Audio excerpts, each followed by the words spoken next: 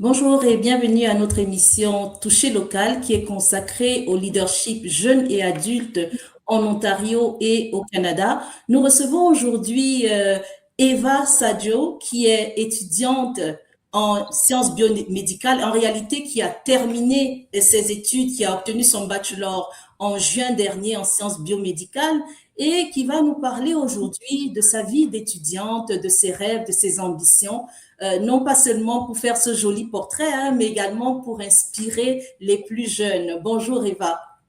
Bonjour, merci Françoise pour votre présentation. Bonjour à Comment tous. vas-tu? Je vais bien, merci et vous? Je vais très bien. Passes-tu un bel été? Quelles sont tes activités en ce moment? Bon, en ce moment, je travaille temps plein. Je travaille dans une clinique médicale en tant qu'assistante pour les physiciens. Donc, je travaille temps plein et je me prépare aussi pour mon projet de recherche pour ma maîtrise en neurosciences qui commence ce septembre prochain. Alors, on aura l'occasion d'en parler dans quelques minutes. Alors, pour commencer, Eva, parle-nous un petit peu de toi, dis-nous qui tu es et qu'est-ce que tu aimes faire dans la vie. Donc, mon nom, c'est Eva Sadio. J'ai récemment gradué de l'Université d'Ottawa en sciences biomédicales. Je suis née au Cameroun. Je suis d'origine camerounaise, mais j'ai grandi à Montréal. J'ai toujours été passionnée par les sciences, par les domaines de la santé. Ça a vraiment toujours été un truc qui me touchait dans le cœur. Donc, j'ai décidé de continuer mes études dans ce même domaine. Je suis l'aînée d'une fratrie de 4 filles. Donc, en tant qu'aînée, j'ai aussi beaucoup de challenges, si on peut dire, Responsabilité, hein? la responsabilité, c'est ça, la responsabilité à répondre. Et oui, donc ma famille est à Montréal, j'ai déménagé toute seule à Ottawa pour poursuivre mes études. Et oui, j'ai récemment gradué, j'ai commencé un programme de maîtrise en septembre, comme j'ai dit précédemment. Magnifique, Eva. Alors, est-ce que tu es née au Canada ou alors est-ce que tu as immigré avec ta famille ici? Non, donc je suis née au Cameroun et j'ai immigré lorsque j'avais 6 ans, pardon, lorsque j'avais 6 ans au Canada. J'ai pas nécessairement eu la chance de retourner au pays pour différentes raisons, mais je veux quand même laisser savoir que mes parents essaient quand même de me transmettre la culture, que ce soit par la langue, que ce soit par la danse, la nourriture, tout ce qui est culinaire. Donc oui, donc j'ai grandi ici à Montréal, dans la région de Montréal, mais je suis née au Cameroun. C'est magnifique et puis certainement hein, une belle culture, la culture camerounaise inculquée. Alors, ça veut dire que vous continuez à vivre le Cameroun, hein, bien qu'étant ici au Canada et c'est magnifique.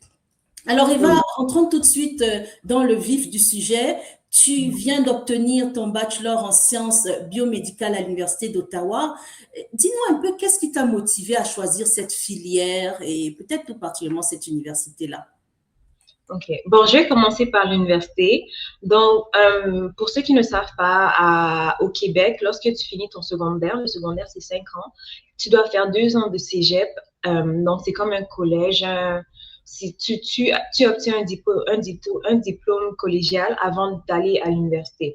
Donc, moi, je voulais un peu sauter l'étape du cégep, c'est 2 ans. Je me suis dit, bon, je sais pas trop. Je voulais juste sauter le cégep. Et la Oui. seule université qui offrait cette possibilité, c'était l'Université d'Ottawa. Donc, je dirais pas que j'ai choisi l'Université d'Ottawa. Je dirais que bon, c'était juste le choix, le seul choix que j'avais. Mais si, honnêtement, si je devais choisir une université, si j'étais ontarienne et que je pouvais choisir une université, j'aurais définitivement choisi l'Université d'Ottawa pour différentes raisons. J'aime vraiment le fait que ce soit une université bilingue. Tu peux prendre des cours en français, tu peux prendre des cours en anglais, tu peux prendre des cours en français et faire les tests et les examens en anglais. Donc, je trouve que ça, c'est vraiment une bonne opportunité pour développer tes langues. J'aime aussi la diversité culturelle. Donc, tu marches sur le campus, tu vois vraiment des gens qui viennent de n'importe où, tu vois des gens qui ont... Justement, parlons un Oui, petit peu de cette diversité culturelle-là. Comment est la vie universitaire en général? Comment tu t'y sens? non, je trouve que vraiment cette université est très, très diversifiée. Il y a différentes associations culturelles, il y a des associations camerounaises, il y a des associations ivoiriennes, il y a des associations marocaines, il y a vraiment différentes associations qui viennent de partout dans le monde. Je dirais vraiment que l'université est diversifiée. Ils, ils veulent promouvoir cette diversité culturelle. Ils accueillent beaucoup d'étudiants internationaux. Donc, je dirais vraiment que c'est très diversifié et c'est vraiment une valeur qui est importante pour l'université aussi. ce n'est pas toujours évident, en fait, de partir comme ça, de terminer son secondaire et tout de suite se lancer dans la vie universitaire. Certains jeunes se retrouvent un peu dans la crainte, l'anxiété à l'idée de passer à cette Mhm. étape. Alors, comment est-ce que ça s'est passé pour toi, ce transfert de secondaire à l'université? Et est-ce que tu penses que tu t'es vraiment très bien intégré assez facilement au sein de ton université? Donc, vraiment, par rapport aux étudiants qui sont anxieux, je veux juste vous rassurer, c'est totalement normal en fait d'être anxieux. Donc moi aussi, avant d'entrer à l'Université d'Ottawa, j'avais beaucoup de craintes, j'avais des doutes, je me demandais est-ce que j'ai choisi le bon programme, est-ce que j'ai pris la bonne décision de sauter le cégep. Donc toutes ces craintes-là m'ont vraiment fait douter. J'étais vraiment anxieuse avant d'entrer à l'Université d'Ottawa. Tu te demandes si tu as fait le bon choix, si tu te demandes si tu vas réussir dans tes cours. Donc, ne vous inquiétez pas, c'est totalement normal en fait. Donc, euh, donc c'est ça, j'étais vraiment un peu anxieuse et surtout que, bon, comme je suis l'aînée de ma fratrie, j'avais pas beaucoup de conseils Ah, d'une oui. grande sœur ou d'une cousine ou quoi que ce soit qui a fait l'université ailleurs ou bref. Donc, c'est vraiment moi, je me lançais dans ce monde. J'avais pas beaucoup de personnes qui pouvaient me donner un peu ce type de mentorat. Donc, j'étais vraiment anxieuse, mais je dirais que l'intégration s'est vraiment bien passée. Les premiers mois, puisque j'ai déménagé de chez mes parents, les premiers mois où je vivais tout seul, c'était un peu difficile. La maison me manquait, ma famille me manquait. C'était aussi difficile de m'adapter par rapport aux études. Donc, il fallait que je gère études, il fallait aussi que je gère ma vie personnelle, que ce soit manger, tout ça, c'était vraiment compliqué. Mais je dirais que si vous vous entourez des bonnes personnes, vous rencontrez les bonnes personnes à l'université qui peuvent vous donner des conseils, qui peuvent vous aider dans votre vie académique ou dans votre vie personnelle, c'est vraiment un atout, c'est vraiment important. J'ai aussi rencontré des mentors, dont les tatas, les tontons de tel ou tel qui m'ont aussi aidé à parcourir ce trajet-ci. Alors, Donc, c'est vrai que tu dis, il faut rencontrer les bonnes personnes.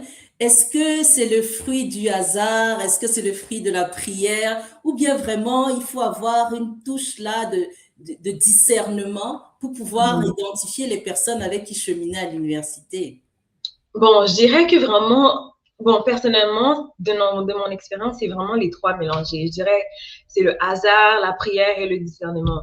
Donc, je dirais hasard parce que, bon, c'est pas que j'ai planifié de faire telle ou telle rencontre, c'est vraiment que, bon, je me retrouve au même endroit avec ces personnes-là. La prière aussi parce que, bon, en tant que chrétienne, je suis pratiquante, donc je prie aussi pour que, bon, Dieu m'amène les bonnes personnes dans ma vie et qu'il essaye aussi de m'enlever toutes personnes qui vont me nuire à mon parcours. Donc, ça, c'est catégorie prière. Et catégorie discernement, c'est que je rencontre beaucoup de personnes dans mon quotidien, mais j'arrive aussi à discerner est-ce que ces personnes vont m'apporter du bien, en fait? Est-ce qu'ils vont me pousser à avancer, me pousser à atteindre mes objectifs? Ou c'est plus des personnes qui vont un peu m'influencer négativement, qui vont m'éloigner de mon but. Donc, chaque personne que je rencontre, je m'assois et j'essaie d'avoir cette réflexion, de me poser et de vraiment me questionner sur les avantages et les inconvénients de les avoir dans ma vie en tant que mentor ou en tant qu'ami proche. Oui.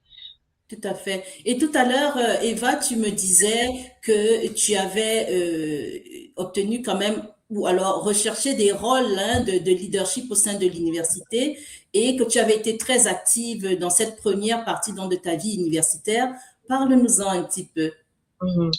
Donc, moi, quand j'entrais à l'université, je me disais vraiment que bon, moi, je vais juste là-bas étudier, avoir mon diplôme. J'étais pas j'étais pas vraiment quelqu'un d'actif comme ça. Je me suis dit, bon, peut-être je vais essayer de joindre quelques clubs, mais pas être membre actif du club. Oui. Et c'est quand j'ai rejoint un club à l'Université d'Ottawa, ça s'appelle ABAP, donc Association of Black Aspiring Physicians. Donc, c'est pour les étudiants noirs qui veulent entrer en médecine. J'ai vraiment été touchée par le fait que je me retrouvais dans ma communauté avec des étudiants qui étaient comme moi, qui vivaient un peu les mêmes difficultés. Et ça m'a vraiment motivée à continuer ça, en fait, à vraiment, je voyais les membres de cette association qui participaient de plus en plus en tant que mentor pour les étudiants un peu d'un niveau un peu plus bas.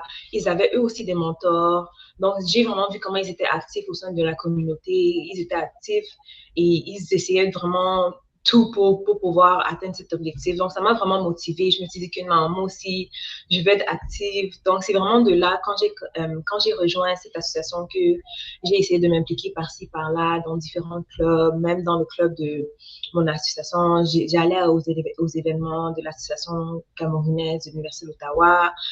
Dans mon association EBAV, j'étais VP événementiel, donc j'organisais les activités.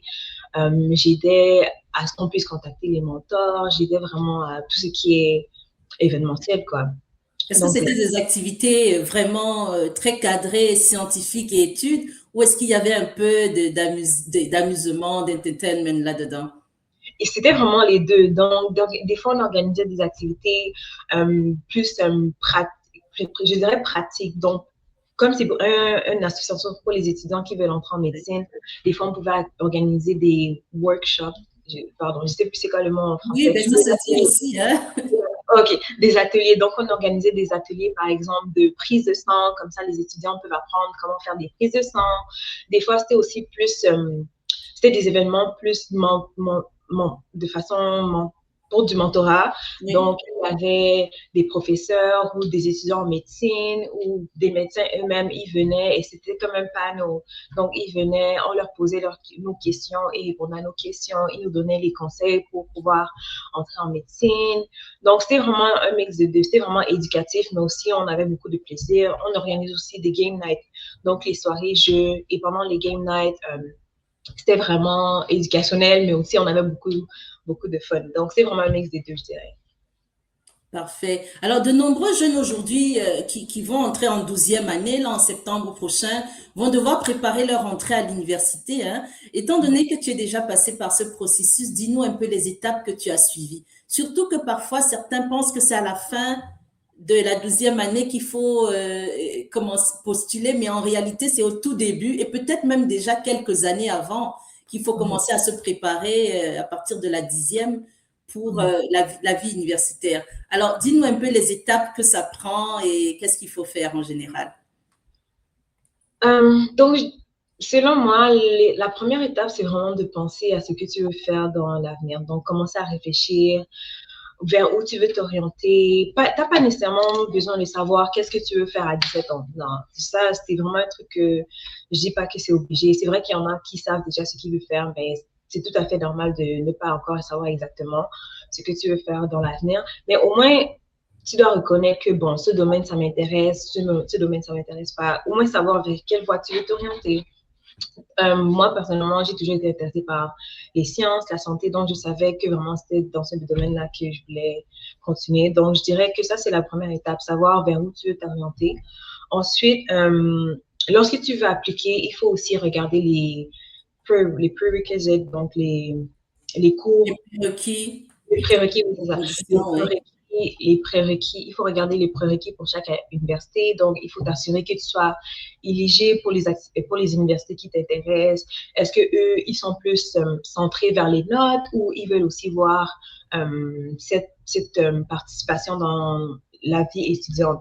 Donc, si tu es quelqu'un qui ne participe pas vraiment dans la vie étudiante et que tu veux aller, par exemple, à l'Université d'Ottawa qui évalue ta participation dans la vie étudiante et tes cours, peut-être qu'il va falloir commencer à t'intégrer plus dans la vie étudiante, participer à des activités, faire du bénévolat, des trucs comme ça. Donc, c'est vraiment aussi regarder qu'est-ce que chaque université veut comme profil étudiant et essayer de t'adapter, voir si ça te correspond ou pas.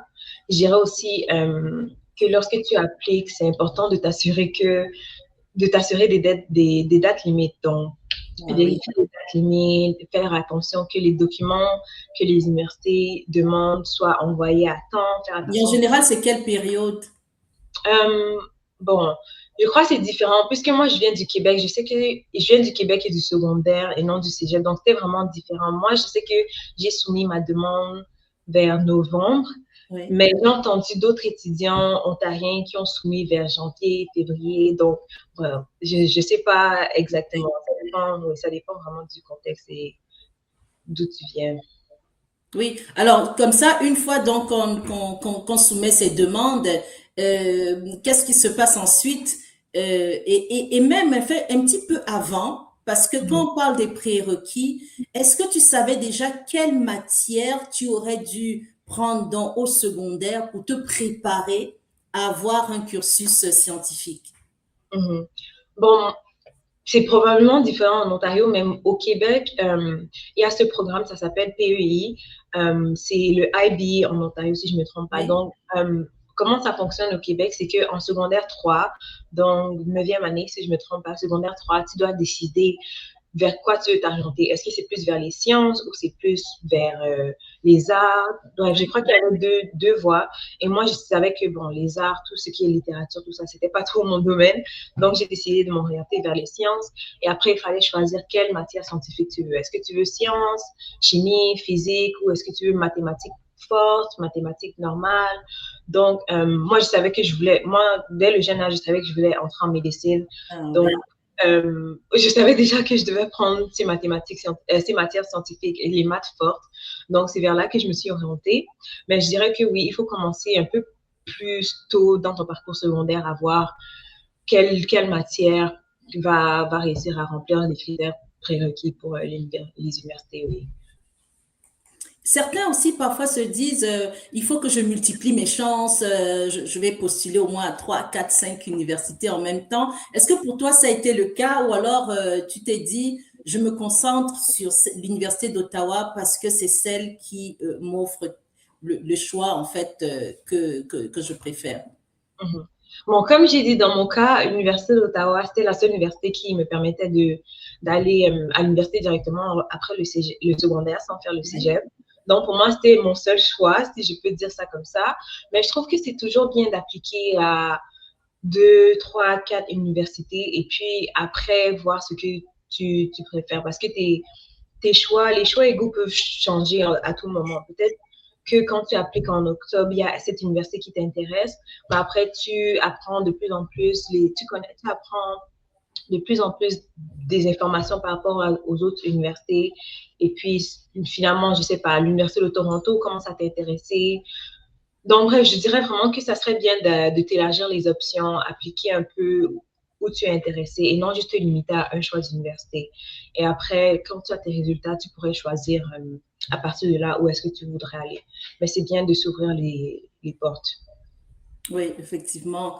Alors, Eva, la dernière fois que nous sommes parlé, ou d'ailleurs la toute première fois que nous avons échangé, tu étais à un festival culturel et du coup, ça me donne envie de te demander là comme ça, comment est-ce que ta culture d'origine ou à la culture africaine impacte ton identité canadienne? OK. Donc, comme j'ai dit plus tôt, je suis née au Cameroun, mais j'ai grandi au Canada. Donc, j'ai pas pu retourner au Cameroun depuis que je suis arrivée à cause de différentes raisons. Et pour certains se disent que waouh, donc elle est même plus camerounaise, celle-là. Moi, personnellement, je me considère toujours comme camerounaise. Mes parents aussi me transmettent la culture, comme j'ai dit plus tôt, on mange, on mange camerounais à la maison. Ma mère essaie de m'apprendre la langue. Ils m'apprennent les danses, ils m'apprennent la culture vraiment. Et j'ai participé aussi aux événements des associations. Donc vraiment, je dirais que mon identité, c'est vraiment la culture camerounaise et la culture canadienne. C'est pas qu'il y a un plus que l'autre ou il y a un moins que l'autre. C'est vraiment, quand je me vois, je me dis vraiment que non, moi, je suis camerounaise et je suis aussi canadienne. C'est vrai que quand j'étais jeune, c'était un peu plus difficile de naviguer ces deux mondes parce que, bon, j'ai grandi dans un environnement où c'était un peu moins diversifié. Au primaire, j'étais la seule noire. Secondaire, il y avait peut-être 5 noirs dans mon niveau. Donc, c'était vraiment un peu difficile de m'adapter à la maison, je pouvais agir d'une certaine façon. Et quand j'allais à l'école, il fallait que je change mon comportement. Sinon, on allait me dire que je suis Oui. différente, j'allais me sentir différente un peu. Mais quand je grandis, je trouve vraiment que c'était une expérience qui m'a appris beaucoup de choses. Ça m'a appris que vraiment, il ne faut pas changer qui tu es pour plaire aux autres.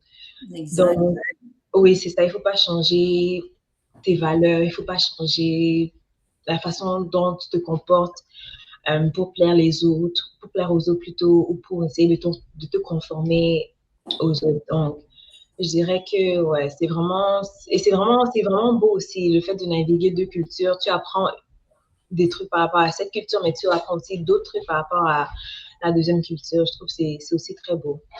Et s'il y avait des choses comme ça que tu aurais envie de partager avec d'autres personnes concernant ta culture, ce serait quoi? Est-ce que c'est les aliments? Est-ce que le vestimentaire? Qu'est-ce que ce serait? Bon, moi j'aime beaucoup manger. J'aime beaucoup manger, donc je dirais ça serait vraiment ça serait le côté culinaire. Donc, il y a vraiment différents repas au Cameroun. Moi, par exemple, mon repas préféré, c'est le ndolé. C'est fait à base de feuilles de ndolé avec du lait d'arachide écrasé, l'arachide écrasé. Donc, on mélange ça, on ajoute de la viande et vraiment, c'est succulent. Mais il y a vraiment d'autres repas. C'est très, très diversifié. Euh, il y a tout type de sauces, tout type de compléments. Il y a le bâton de manioc, il y a le plantain. Ça peut être plantain bouilli, plantain frit. Il y a vraiment les beignets. Il y a vraiment tout, tout, tout. Ah oui, Ouais. très intéressant à découvrir. Bien, alors aujourd'hui, Eva, tu es une jeune adulte, tu as une vie à toi puisque tu vis seule à Ottawa, loin de tes parents. Quels sont les conseils comme ça que tu pourrais donner aux jeunes comme toi, seulement même déjà par rapport en fait à la vie au quotidien, hein, qu'on est déjà dans la vie universitaire et qu'on habite seul, et aussi par rapport à leur avenir. Quels sont les conseils que tu donnerais aux jeunes? OK. Donc, par rapport à la vie quotidienne, je dirais vraiment d'être organisé. L'organisation, je trouve que c'est la clé. Euh, Important. ouais. Donc, quand tu arrives à l'université, des fois, c'est difficile un peu de naviguer l'école, après la vie sociale, ta vie personnelle, les tâches à la maison, faire la manger. Donc, je dirais que l'organisation, c'est vraiment important. Il faut savoir planifier son temps, vraiment gérer ton temps comme il se doit. Bon, je dis pas que c'est plus facile à dire qu'à faire, mais si je peux donner des astuces, c'est par exemple ouvrir un calendrier. Moi, par exemple, mon calendrier, c'est un calendrier digital. J'utilise l'application Notion. Donc, vraiment, sur mon calendrier, il y a tout, tout, tout. Je sais qu'il y a mes deadlines, il y a les événements, il y a vraiment tout dans mon calendrier et ça me permet vraiment de voir qu'est-ce que je dois faire à tel point ou qu'est-ce que je dois prioriser par rapport à d'autres tâches. Donc, c'est vraiment important l'organisation. Je dirais aussi un conseil, c'est l'équilibre. Donc, des fois, quand tu arrives à l'université, tu veux vraiment, bon, ça c'était personnellement de mon côté, je voulais vraiment performer, je voulais vraiment excéder, Oui, avoir les meilleures notes oui. possibles. Et ça, je voulais vraiment exceller, avoir les meilleures notes possibles. Mais après, je me suis rendu compte que, bon, ça fait quand même 3, 4 semaines que je n'ai pas vu quelqu'un. Je suis seulement à la bibliothèque, c'est pas bon et tout. Donc, c'était vraiment de trouver cet équilibre aussi, que c'était un peu difficile, mais au final, j'ai réussi à m'adapter, trouver cet équilibre entre l'école, entre la vie sociale aussi, essayer de passer le temps. Comme moi, j'étais loin, donc j'allais peut-être appeler mes soeurs, appeler ma maman, mon papa pour parler avec eux, prendre de leurs nouvelles. J'allais voir aussi les copines. Même si j'étudiais, j'allais étudier avec une amie. Comme ça, nous aussi, on peut, même si on étudie, au moins, je sais avec quelqu'un, je suis Ça, pas vous seulement pouvez discuter isolée. ensemble, parler d'autres choses, souffler un peu. Ouais, Oui. donc, je Et c'est dirais, à peu près à quelle fréquence que tu rentrais voir ta famille à Montréal? en première année, je rentrais quand même souvent. Première année, je dirais, j'allais un week-end sur deux. Mais après, j'ai commencé à travailler. C'était un peu plus compliqué d'y aller. Donc maintenant, je dirais que j'y vais peut-être minimum un, un week-end par mois ou un week-end chaque 2 mois, minimum. Et pour les vacances de Noël, j'y vais aussi. Pour les vacances, lorsqu'il y a la semaine de relâche ici en octobre, j'y vais aussi pendant quelques jours. Les vacances de Noël, j'y vais aussi. Donc, je dirais assez fréquent, mais bon, ça dépend comment les autres voient. Et également, oui, des dispositions. Bien. Alors, tout à l'heure, c'est vrai que tu me disais que tu as un job d'été en ce moment. Est-ce que c'est ton premier emploi ou est-ce que au courant de ta vie universitaire, tu as fait d'autres emplois comme ça? Et comment est-ce que ça se passe, hein, ce côté-là? Donc, quand j'ai commencé l'université en première année, j'avais pas de job étudiant. J'étais vraiment venue et j'étais vraiment focus sur l'école. Et je trouve que c'était aussi une année d'adaptation. Donc, j'ai préféré vraiment essayer de me concentrer, essayer de m'adapter par rapport à ce nouvel environnement. Donc, j'ai pas eu de job étudiant en première année. en été, première année, je suis rentrée à Montréal et j'avais déjà un job d'été à Montréal. Donc, j'ai travaillé cet été-là. Et puis, en deuxième année, j'ai eu un emploi en résidence universitaire. Donc, comme je crois on en avait parlé un peu plus tôt, donc deuxième année, j'étais un peu la police de l'étage dans les Oui. résidences universitaires. Donc, j'accueillais les étudiants, j'organisais des activités une fois par mois, les réunions. Mon but, c'était vraiment de m'assurer que les étudiants se sentent bien accueillis et ils puissent s'adapter à ce nouvel environnement. Oui, c'est ça. Donc, ça, c'était en deuxième année. Été de deuxième année, c'est là que j'ai eu mon premier job mon premier job saisonnier à Ottawa. Donc, je travaillais, j'avais fait, je travaillais, ah oui, je travaillais en tant que coach sportive. Donc, c'était à Gatineau. Gatineau, c'est juste à côté d'Ottawa. Donc, en tant que coach sportive à Gatineau, où j'entraînais les petits-enfants, où il y avait différents sports. Il y avait le soccer, il y avait le basket, il y avait vraiment différents sports. Donc, j'aidais les entraînements. Mais j'avais aussi commencé, si je me rappelle bien, je crois que c'était en été, deuxième année, oui, j'avais commencé c'était dans une garderie avec des enfants qui avaient un peu des difficultés, si je dirais comme ça, oui. Donc, je travaillais dans cette garderie aussi. Et j'ai gardé ce job pendant ma troisième année universitaire. Donc, en troisième année, je faisais travail en résidence et à la garderie. Et puis, à ma quatrième année, j'ai commencé un travail dans une clinique où je suis en ce moment. Donc, pendant mon année scolaire, je travaillais en clinique et en résidence. Donc, je pouvais pas garder trois jobs. Donc, j'ai décidé de quitter le job à la garderie. Donc, oui, je dirais que j'ai travaillé quand même. J'ai commencé à travailler en deuxième année, si on peut dire sérieusement. Et comme j'ai dit, la clé, c'est vraiment l'équilibre, c'est vraiment l'organisation. Il y a Oui, certains mais il faut aussi beaucoup de dynamisme, hein, parce que quand on entend ton expérience, on a quand même l'impression qu'il faut se bouger, il faut s'ouvrir, il faut rester très ouvert, hein, au oui, monde et pouvoir accepter de découvrir parfois même certains secteurs qu'on ne connaissait pas avant, oui. oui, c'est ça. Et puis l'Université d'Ottawa aussi, ils offrent des fairs. Donc, il y a différents organismes qui viennent à l'université. Je crois que c'est vers mars comme ça. Ils viennent à l'université et ils présentent leur organisme et ils disent que, bon, si vous voulez appliquer ici, vous pouvez appliquer. Donc, c'est vraiment des petites entreprises qui viennent et offrent des jobs aux étudiants.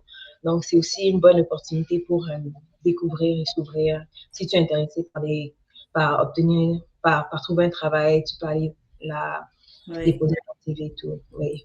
Magnifique. Alors, nous tirons vers la fin de notre émission. Eva, c'était vraiment un entretien très riche.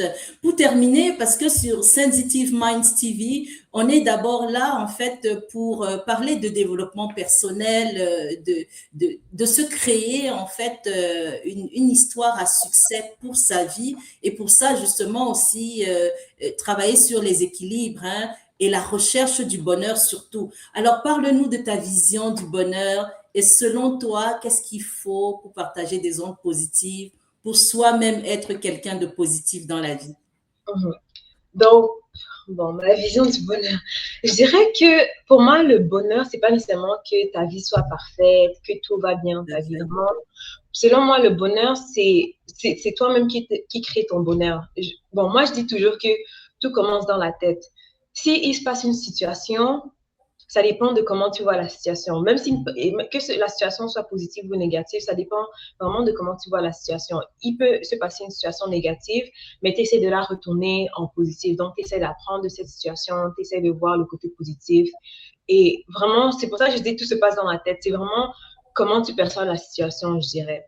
Donc, le bonheur, selon moi, c'est vraiment juste essayer d'avoir cette vision positive de la vie, essayer d'être bien entouré, essayer de faire des trucs que tu aimes faire, que ce soit du sport, la cuisine, je sais pas, lire. Donc, vraiment, faire des trucs qui t'enrichissent, faire des trucs qui te rend heureux, en fait. Oui. T'ouvrir à différentes activités, t'ouvrir à différentes cultures, vraiment juste découvrir le monde, découvrir qui tu es aussi. Et par rapport à répandre les énergies positives, je dirais juste être gentil, genre être gentil envers les autres, être gentil et patient envers toi-même aussi. Quand tu rencontres quelqu'un dans la rue qui marche, le saluer, le sourire, ça fait toujours plaisir, je trouve. Oui, Et toi, tu sais jamais ce que les gens traversent de leur côté. Donc, des fois, tu peux voir quelqu'un, il marche, il a une mauvaise journée, mais juste le sourire, tout ça à peut fait. remonter son énergie. Juste même complimenter les gens que tu ne connais pas, ça peut vraiment changer la journée de quelqu'un, en fait. Donc, je dirais que oui, c'est vraiment juste essayer de garder une attitude positive, de te reposer aussi. Je dirais aussi, le bonheur, c'est de se Le reposer. repos, c'est important. Oui, C'est pas seulement école, travail. C'est vraiment se reposer, prendre du temps pour soi et ouais, être bien dans son magnifique. Alors, on termine sur cette note. Eva, tu viens d'achever dans ton bachelor en sciences biomédicales et tu as des projets de master pour l'avenir. Qu'est-ce que tu voudrais faire? Comment tu vois dans ton avenir d'ici les 3, 4, 5 prochaines années? Bon, mon but ultime, comme j'ai dit, ça serait d'entrer en médecine. Donc, dans 3 à 4 ans, je me vois déjà à l'école de médecine. Je me vois en train de performer à l'école de médecine et je me vois vraiment être épanouie dans ce que je fais. Et je me vois aussi fière de moi, fière de me dire que bon, j'ai accompli ce que je voulais tant accomplir. Et ouais, c'est vraiment là que je me vois. Magnifique. Alors, un mot symbolique, hein, qui te vient à l'esprit comme ça, que tu voudrais dire pour inspirer les jeunes. Mhm. Bon, un mot symbolique. Je dirais vraiment, faites ce que vous aimez dans la vie. Allez chercher, visez loin en fait. Visez loin, faites ce que vous aimez. N'essayez pas de vous comparer aux autres. Juste vivez votre propre vie. Soyez heureux. Essayez d'être heureux et juste allez vers ce qui vous plaît. Allez Allez vers ce vers ce qui vous plaît. Alors, nous qui terminons sur cette jolie note d'Eva Sadio. Merci, Eva, d'avoir été avec nous aujourd'hui et nous espérons que ce beau parcours va inspirer d'autres jeunes et peut-être même des adultes, pourquoi pas. vous Merci encore et peut-être à très plaît. bientôt. Merci Françoise.